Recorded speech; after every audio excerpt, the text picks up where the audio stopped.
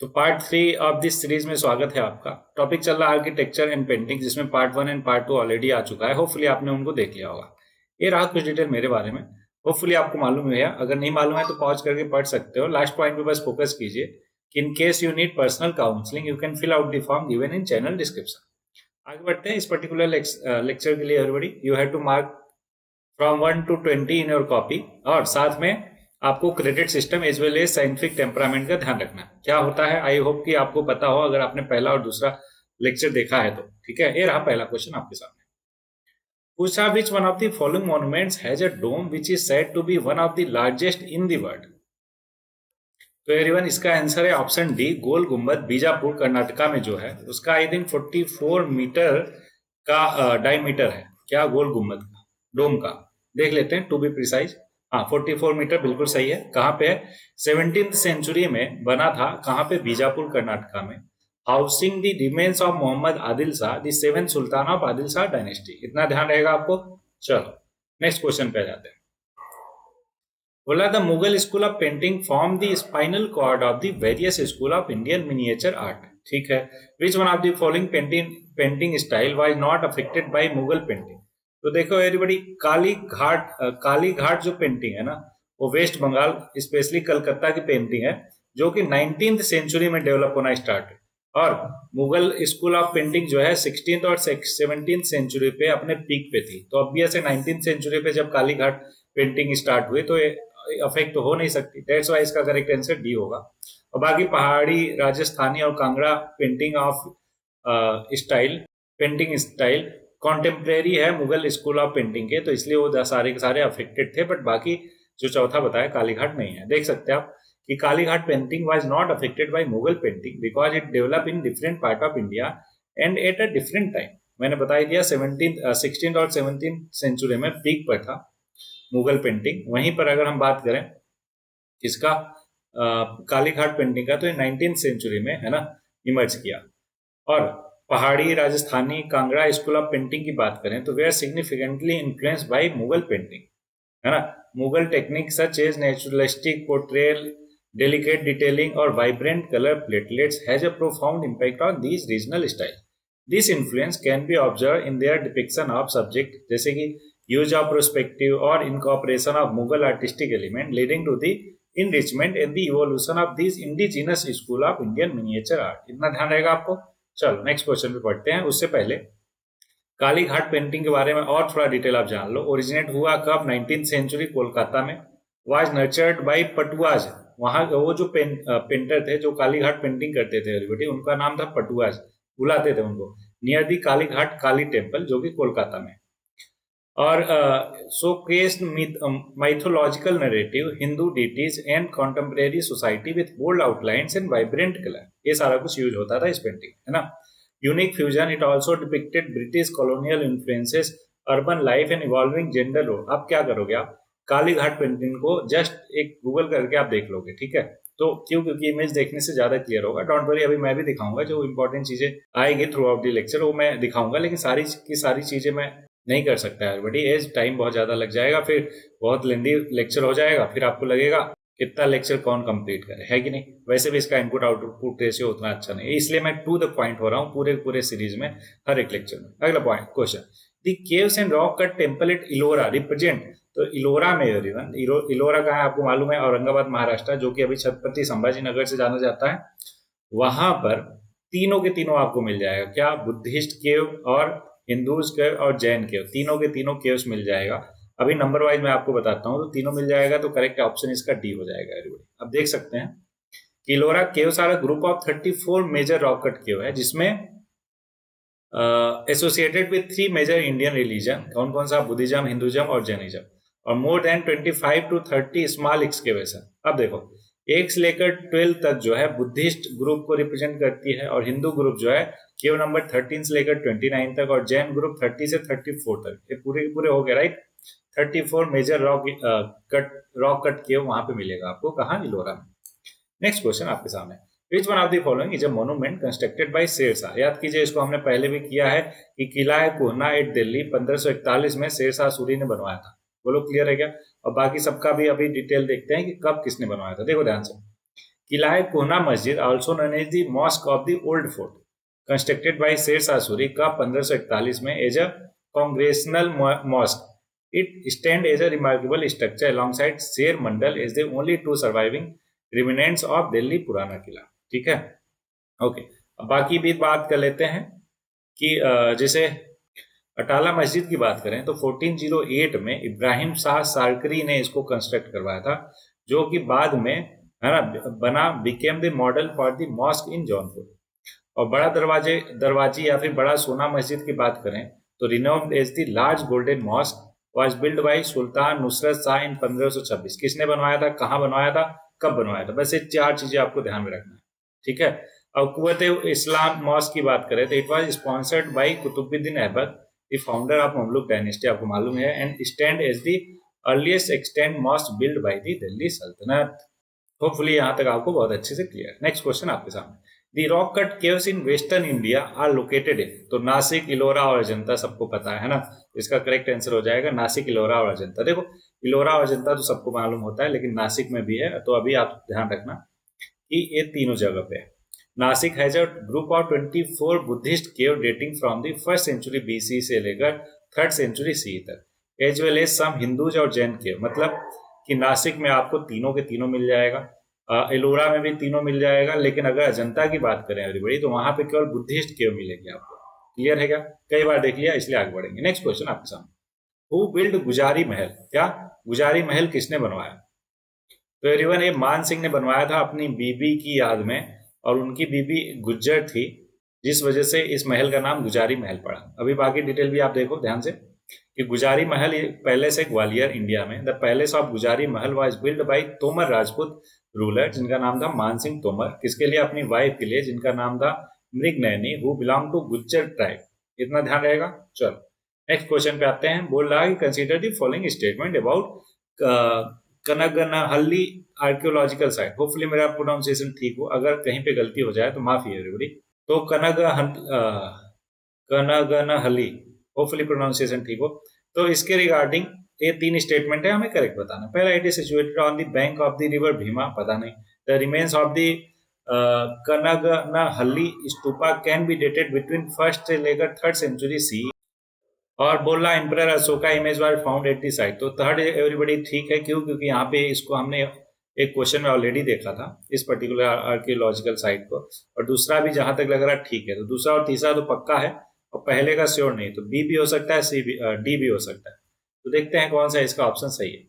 Everyone पहला correct है, इसका मतलब ऑप्शन डी करेक्ट हो जाएगा इसका. देखो Kanaganahalli archaeological site is located on the bank of Bhima river. कहाँ पे? कर्नाटका, इंडिया. दूसरा करेक्ट है कि डेटेड बिटवीन 1st से 3rd सेंचुरी CE में. तीसरा भी सही है कि image of emperor Ashoka, a renowned Mauryan empire, मालूम है आपको, who played a significant role in the spread of Buddhism was discovered. This finding suggest the influence of Ashoka's patronage of Buddhism in the reason.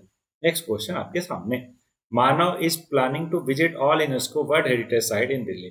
He will be visiting. तो red fort है क्या? बिल्कुल है. कुतुब मीनार है भी है. जामा मस्जिद नहीं. इंडिया गेट भी नहीं है. कुतुब मीनार है, रेड फोर्ट है, लेकिन तीनों होना चाहिए. रेड फोर्ट है, कुतुब मीनार, हुमायूं टॉम. बिल्कुल सही. तो ऑप्शन सी करेक्ट हो जाएगा एवरीबॉडी. क्यों? क्योंकि रेड फोर्ट, कुतुब मीनार और हुमायूं टॉम तीनों के तीनों यूनेस्को वर्ल्ड हेरिटेज साइट है दिल्ली में. ध्यान रहेगा आपको. ठीक है, बाकी के बारे में आपको मालूम है, इसलिए आगे बढ़ जाएंगे. अच्छा, एक चीज और, अगर आपको कोई स्पेसिफिक चीज आर्ट एंड कल्चर में लगता है ना कि नहीं सर ये याद नहीं होता, रटना पड़ता है, तो जस्ट 2 मिनट का उसका इमेज देख लिया करो आप.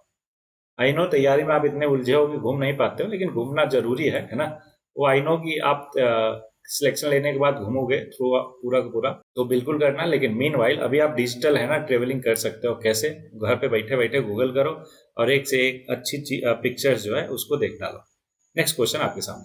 Which of the following statement about sculptures of Sanchi. Sanchi पे जो स्कल्पचर प्रेजेंट है वहां, उसके बारे में बताना है. करेक्ट 3 स्टेटमेंट है. पहला, in some sculptures there is representation of sal bhanjika. तो साल भंजिका एवरीवन एक फीमेल फिगर है ना, किसमें? स्कल्पचर्स में. अभी दिखाऊंगा मैं, डोंट वरी. तो ये बिल्कुल सही है. दूसरा, the figure of sal bhanjika is represented by a women. सही बात है. Surrounded by lotus and elephant. बिल्कुल नहीं, लोटस और एलिफेंट से वो सराउंडेड नहीं है. अगला, the sal bhanjika motif was not directly inspired by Buddhist idea. अब इसका एकदम श्योरिटी से नहीं कह सकते, लेकिन अगर कॉमन सेंस लगाओ तो not directly influence by Buddhist idea तो ये बिल्कुल ठीक होगा, हो सकता है उससे पहले का किसी ना किसी चीज से वो इंस्पायर्ड हो, राइट। तो इसलिए पहला और तीसरा होगा। अदरवाइज वैसे भी अगर आप एलिमिनेशन से चलते तो दूसरा ऑप्शन नहीं होगा, तो A B C cancel out हो गया, बचा कौन सा? Option D. अब डिटेल इसका देखते हैं, ध्यान दीजिएगा। पहला स्टेटमेंट करेक्ट है, क्यों? क्योंकि साल भंजिका एक common motif in Indian art and often depicted as a female figure. एक काम करता हूं, मैं आपको दिखाई देता हूं, क्या नाम है? साल भंजिका। साल भंजिका, ये देखो, दिख रहा क्या? होपफुली आप बहुत अच्छे से देख पा रहे हो। तो ये है एवरीबॉडी साल भंजिका। अब ये बोला था सेकेंड ऑप्शन में कि सराउंडेड बाई जो भी था लोटस एंड एलिफेंट, तो ऐसा तो कुछ है नहीं। होपफुली ये दिख रहा है आपको बढ़िया से। तो आप क्या करो कि इस तरीके से जो छोटी छोटी चीजें होती है, एक बार इमेज करके देख लोगे ना, मतलब इमेज गूगल करके, तो ध्यान में रहेगा वो चीज। दूसरा इनकरेक्ट है, ऐसा क्यों? ध्यान से समझो।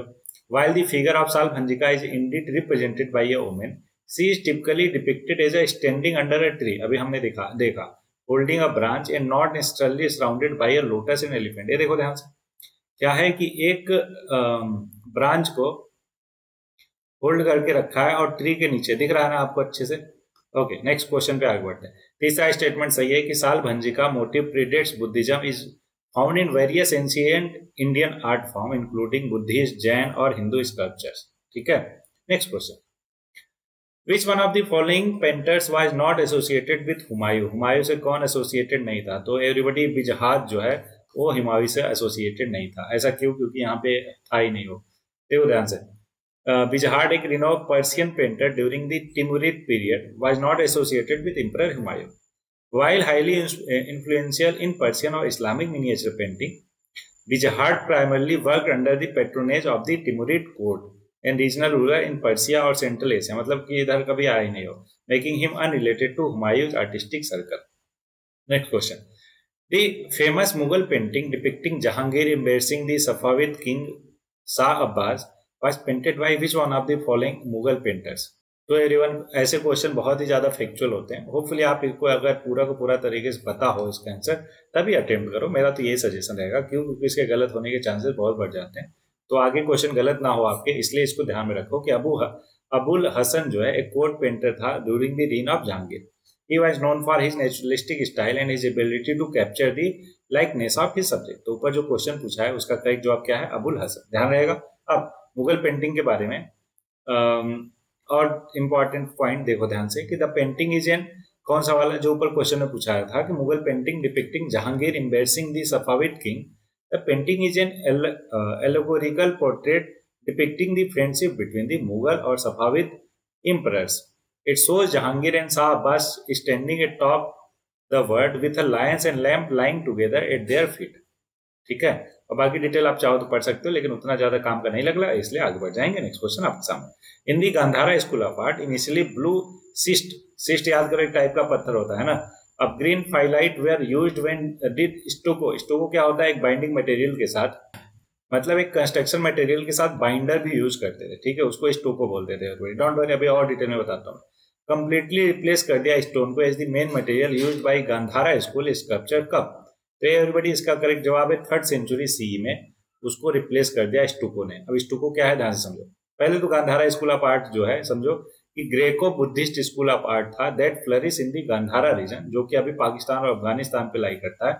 कब से कब तक? 1st सेंचुरी से लेकर 5th सेंचुरी सी तक। School sculptures initially used blue schist or green phyllite, but by the 3rd century CE, stucco had completely replaced stone as the main material used for sculptures. अब stucco देखो क्या है? एक type of plaster है, मतलब कि जो binding material होता है प्लास्टर उसी को बोलते हैं। That is made from lime, sand और वाटर।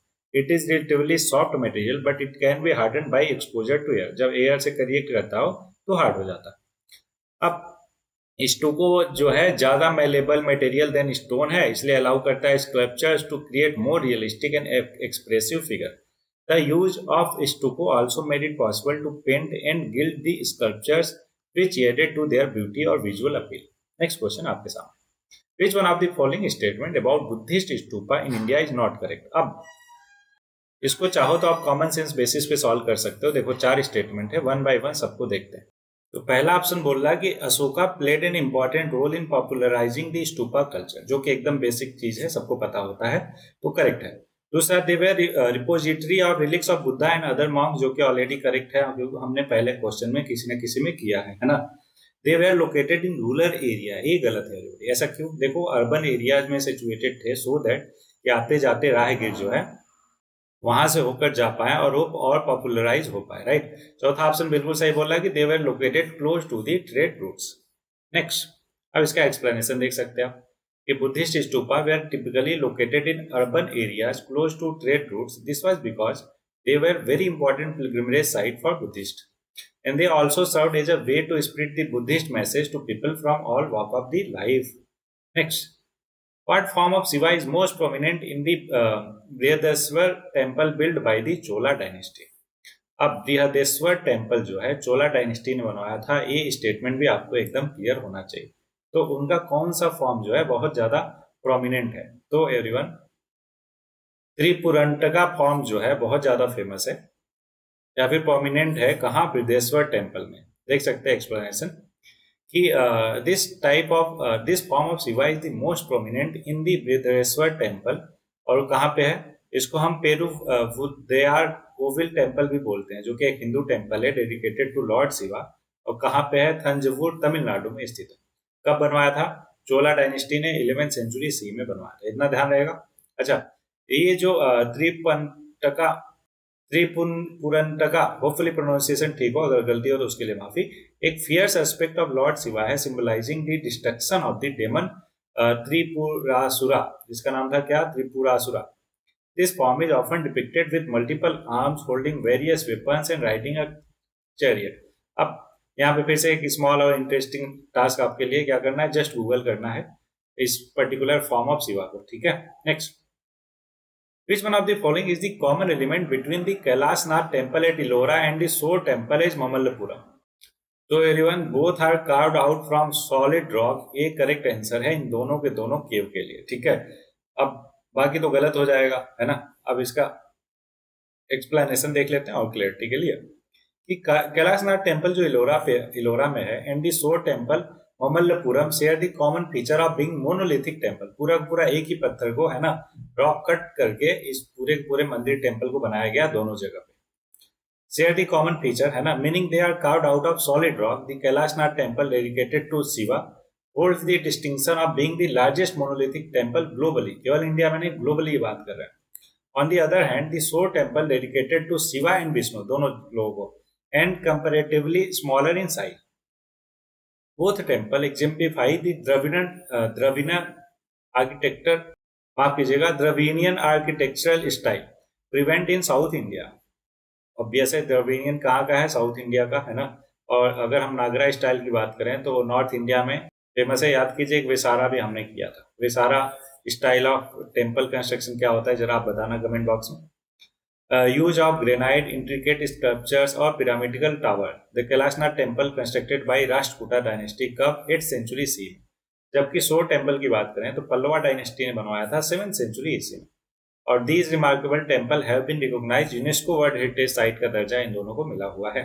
नेक्स्ट क्वेश्चन आपके सामने, Which one of the following is not depicted in the Rajput painting? है ना, राजपूत पेंटिंग में कौन सा नहीं डिपिक्टेड है? स्टोरी ऑफ कृष्णा डिपिक्टेड होता है, रागाज एंड रागनी बिल्कुल, डीड्स ऑफ हमजा नहीं, बाबर बिल्कुल नहीं। तो तीसरा और चौथा करेक्ट गलत है, इसका जवाब हो जाएगा। बोलो एकदम क्लियर, ठीक है, बेसिक क्वेश्चन है। अच्छा, बाकी टाइप का स्कूल ऑफ राजपूत पेंटिंग देख लो, बीकानेर, बूंदी कोटा, जयपुर, इन सब के बारे में बेसिक डिटेल है, इतना तो आपको बेयर मिनिमम मालूम होना चाहिए। तो मैंने लिस्ट प्रोवाइड कर दिया, होपफुली आप इसको बहुत ही अच्छे से देख लोगे। नेक्स्ट क्वेश्चन आपके लिए, which one among the following was not attributed of Samudragupta described in the Prayag प्रशस्ति? आप सभी को पता है इलाहाबाद या प्रयागराज अभी जो मालूम जाना जाता है वहां पर। ये क्वेश्चन ऑलरेडी हमने कर लिया। तो एकम्प्लिस स्कल्पचर को छोड़ के sharp and polish, intelligent, fine musical performance, poetic talent of genius, ये सारे के सारे, है ना, समुद्रगुप्त को एट्रीब्यूट किया गया है। किसके द्वारा? उनके कोर्ट पोएट थे जिनका नाम आप बताओगे कमेंट करके, कि इन्होंने उनकी तारीफ में इतने फूल बांध दिए कि उनको सब कुछ बता दिया। ओके, देख चुके हैं, इसलिए आगे बढ़ेंगे। यहाँ पे आपको मिल जाएगा, क्या नाम था? नहीं, यहाँ पे तो नहीं दिख रहा, कोई बात नहीं। आप क्या करोगे, इसको पता करके मेरे को कमेंट करके बताओगे, ठीक है। Next, Which one of the following books was not illustrated with painting in Akbar's court? तो इसका जवाब है एवरीबॉडी तारिक अल्फी। ऐसा क्यों, देखो एक्सप्लेनेशन में ध्यान से। This is a history of the Muslim millennium written by Mullah Daud and compiled by Akbar. It was not illustrated with painting because it was a historical text. क्या था, historical text वाली book थी, that's why उसको painting के form में convert नहीं किया। And Akbar did not believe that painting were appropriate for historical work. इसलिए उस टाइम पे बहुत ज्यादा टेक्स्ट पे काम हुआ है ना, लिटरेचर पे। लेकिन जैसे ही जहांगीर आया, जहांगीर के टाइम पे आप समझो बहुत ज्यादा फेमस हुआ क्या, पेंटिंग कल्चर। नेक्स्ट क्वेश्चन आपके लिए, consider the following statement about votive inscription in 2nd century BC. They record gift made to religious institution, बिल्कुल। They tell us about the ideas of transference of the meritorious result of the action of the one person to another person. Common sense वाली चीजें हैं, तो mostly दोनों के दोनों सही लग रहे हैं, तो करेक्ट हो जाएगा ऑप्शन सी। ठीक है, बेसिक क्वेश्चन है एवरीबॉडी। नेक्स्ट और लास्ट क्वेश्चन इस पूरे लेक्चर का, that is the inscription on the pillar at Rummindei give vivid detail of Ashoka Dhamma. अगला दी, तो पहले स्टेटमेंट की बात कर लेते हैं एवरीबॉडी। रुम्मनदेही इंस्क्रिप्शन में ये पता चलता है हमें कि अशोका ने विजिट किया था लुम्बिनी को। वहां पे एक स्पेसिफिक टैक्स होता था, उसको भी हटा दिया था, कम कर दिया था, है ना। लेकिन विविड डिटेल ऑफ अशोका धम्मा का तो नहीं देता, तो इसलिए पहला तो गलत हो जाएगा। अगला, the Nigali Sagar inscription records the fact of Ashoka having visited the Konagamana stupa, बिल्कुल सही है, तो ओनली ऑप्शन बी करेक्ट हो जाएगा। एक्चुअल क्वेश्चन है, ध्यान होना चाहिए आपको। जो मैंने बताया होपफुली आपको ये दिख रहा होगा। सो एवरीबॉडी, इस पर्टिकुलर लेक्चर में इतना ही था। होपफुली आपको सारा कुछ क्लियर होगा। तो जैसा लास्ट में 2 लाइन रहता है आज के लिए है, the wound is the place where the light enters, मतलब कि जब आपको चोट लगती है, ठोकर लगती है, तो वही एक स्पेसिफिक मोमेंट होता है जहां से आपको लाइट दिखती है, मतलब आपकी बुद्धि खुलती है कि नहीं। तो होपफुली इस कोड का आप मतलब समझे हो, और जो भी वुंड है आपका, उसको आप एक पॉजिटिव सेंस में लेकर ऐसा चलोगे कि हाँ ठीक है, इसके जरिए अब हमारा उद्धार होगा। सो एवरीवन, इस लेक्चर में इतना ही। होपफुली आपको सारा कुछ क्लियर हो। तो मिलते हैं नेक्स्ट लेक्चर में। टिल देन पढ़ते रहिए, आगे बढ़ते रहिए।